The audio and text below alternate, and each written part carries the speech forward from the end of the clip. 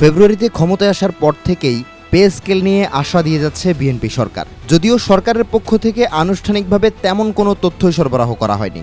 দীর্ঘ 11 বছর পর পে স্কেলে বেতন কি 100% বাড়ছে নাকি 50%তেই আটকে যাচ্ছে তার কোনো সদুত্তরও মেলেনি। পে স্কেলে সরকারি চাকরিজীবীদের জন্য সর্বনিম্ন গ্রেডের মূল বেতন 20,000 টাকা করার সুপারিশ করা হয়েছে। যদিও আপাতত 100% বেতন বাড়িয়ে ন্যূনতম বেতন 16,500 টাকায় উন্নীত করতে পারে সরকার। সুপারিশ পুরোপুরি বাস্তবায়ন না করতে পারার পেছনে রাজস্ব ঘাটতি ও সরকারি ব্যয় নিয়ন্ত্রণে রাখার যুক্তি দিচ্ছে অর্থ মন্ত্রণালয়। করোনা মহামারী ও যুদ্ধের কারণে মূল্যস্ফীতির ঝোড়ো হাওয়া থেকে বাদ যায়নি ভারত। ডলারের বিপরীতে রুপির দরপতন চলছে লাগাতার, আর রিজার্ভ বাঁচাতে স্বর্ণ বিক্রি করছে কেন্দ্রীয় ব্যাংক। যদিও সরকারি কর্মীদের বেতন বাড়ানোর বিষয়ে কোনো অজুহাত দিচ্ছে না মোদী সরকার। বর্তমানে ভারতে সরকারি কর্মীদের ন্যূনতম মূল বেতন 18,000 রুপি, যা প্রায় 300 থেকে 400% বাড়ানোর প্রস্তাব দিয়েছে দেশটির বিভিন্ন শ্রমিক সংগঠন।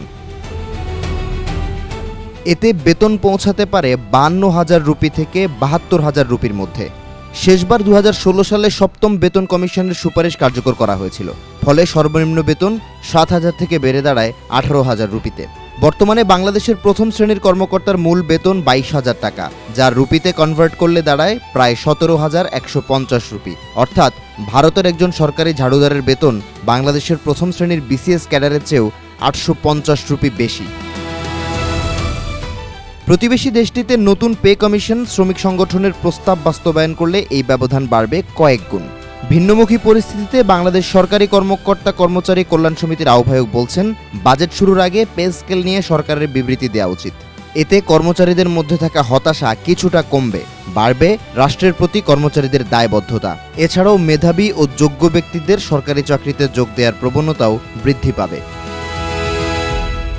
জানা গেছে, আসন্ন বাজেটে 30 থেকে 37,000 কোটি টাকার একটি বিশেষ থোক বরাদ্দ রাখার সুনির্দিষ্ট পরিকল্পনা গ্রহণ করা হয়েছে। আগামী 7 জুন ত্রয়োদশ জাতীয় সংসদের বাজেট অধিবেশন শুরু হবে। এরপর মন্ত্রী আমির খসরু মাহমুদ চৌধুরী সেদিনই পে স্কেলে বরাদ্দের বিষয়ে জানা যাবে চূড়ান্ত তথ্য।